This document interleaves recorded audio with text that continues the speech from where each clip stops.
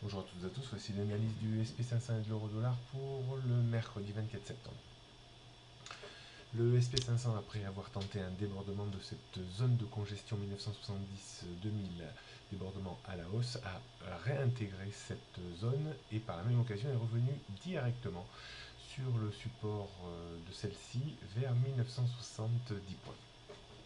Le suspense reste donc entier. Est-ce qu'on va finir par avoir eu un faux signal haussier, donc un piège à acheteur, pour avoir finalement un signal baissier par la rupture de 1970 points? Telle est la question qu'il faudra se poser dans les prochaines heures.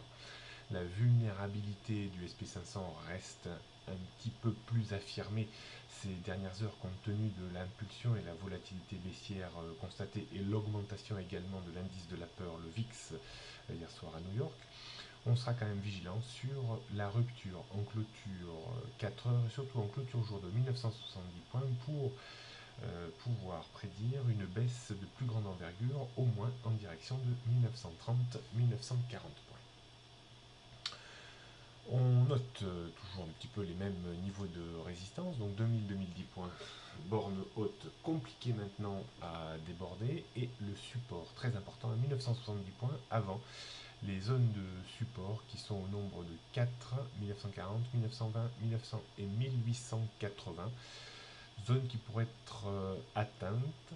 Et en cas de rupture de ces 4 zones, là on déclencherait un signal de plus grande envergure qui aurait une portée au moins à moyen terme. Pour l'instant, la tendance au jour reste encore à la neutralité entre 1970 et 2000 points.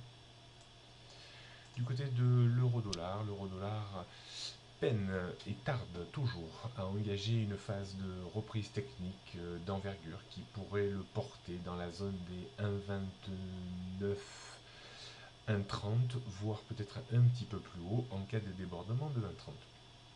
La zone de support extrêmement solide à moyen terme à 1,2750, 1,28 devrait servir de parachute de sécurité en cas de poursuite de la baisse des niveaux actuels.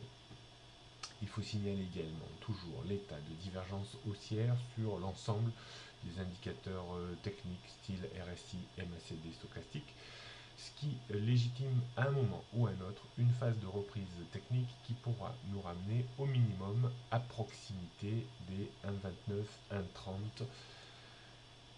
Le timing reste un petit peu compliqué. Je ne sais pas si on va faire un excès avant ce rebond, ce qui serait plutôt salutaire vers 1,2750, 1,28 pour remonter assez fortement derrière vers 1,29, 1,30, ou si on va tout de suite engager une phase de reprise technique. La phase de reprise technique sera à privilégier en cas de débordement de 1,29. Donc 1,29, 1,29, 10, première résistance majeure, 1,30, 1,31, 1,32, 1,32, 50. Et les supports, 1,28, 15, le plus bas de ces derniers jours, avant 1,28 et 1,27, 50. La tendance reste très baissière en dessous de 1,32. Prochaine analyse demain, jeudi. Bonne journée à toutes et tous.